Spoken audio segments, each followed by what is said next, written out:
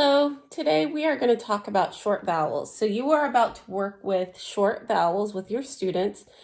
And I wanted to talk a little bit about articulation because when we're teaching short vowels, it's really important to help our students with articulation. Our vowel sounds are made with unobstructed airflow from our mouth. So when we make consonant sounds, we usually have our teeth or our lips or our tongue that blocks the airflow out. But with vowel sounds, there's nothing blocking it.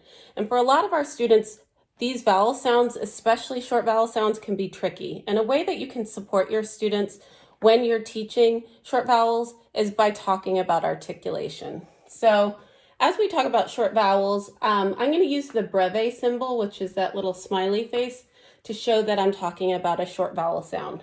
And I have all of our short vowels listed here, and I have it in a chart that kind of follows the shape or the pattern that our mouth makes when we are making vowel sounds. And I removed the long vowel sounds so we only see the short vowel sounds here.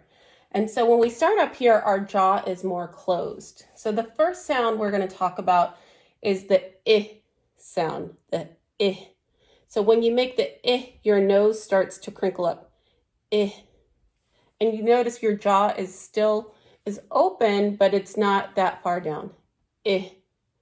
Okay, as in the word itch.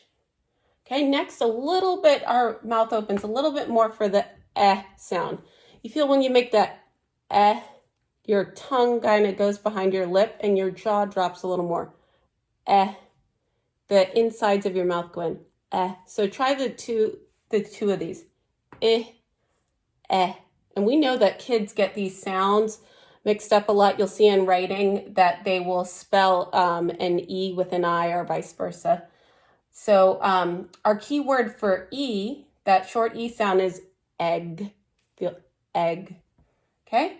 Now when we move down this chart a little bit more, we have the short A sound, which is an ah. Look at how much my jaw drops when I say that ah. Tongue is still down. Ah. Your jaw kind of pushes back a little bit. Ah, as in apple. Okay, so watch my mouth as I go through these. Ah. And our jaw, our mouth opens the most when we make the short O sound, the ah. Feel that. Your jaw drops all the way down. It is open at its widest. Ah. Ah, as in octopus. Okay? And then we start going back up this chart to get to our short U sound, which is So you notice we go from ah to Our jaw drops a little bit, but not as much as with our O. So it kind of comes from your stomach, sound. So let's go through these again. I,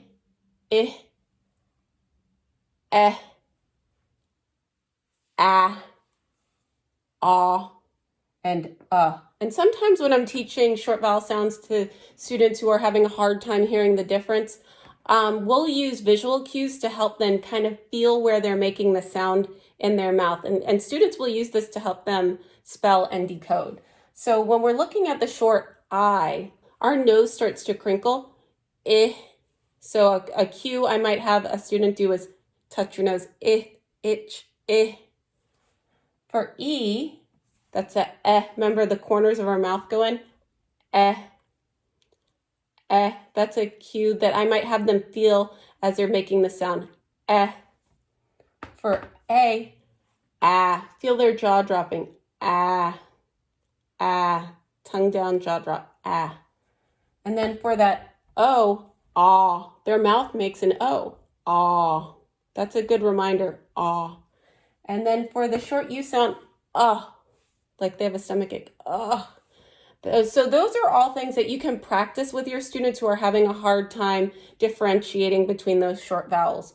And we know that short vowels are come in our closed syllable words. Okay, our closed syllable words are our CVC words. So our words that are closed in with a consonant like cat, beg, sat, caught, and cup. And we see it in multisyllable words like rabbit, both of those syllables are closed, and fantastic. So now as you're working with your students in short vowels, remember articulation is really critical for supporting them with their reading and their spelling.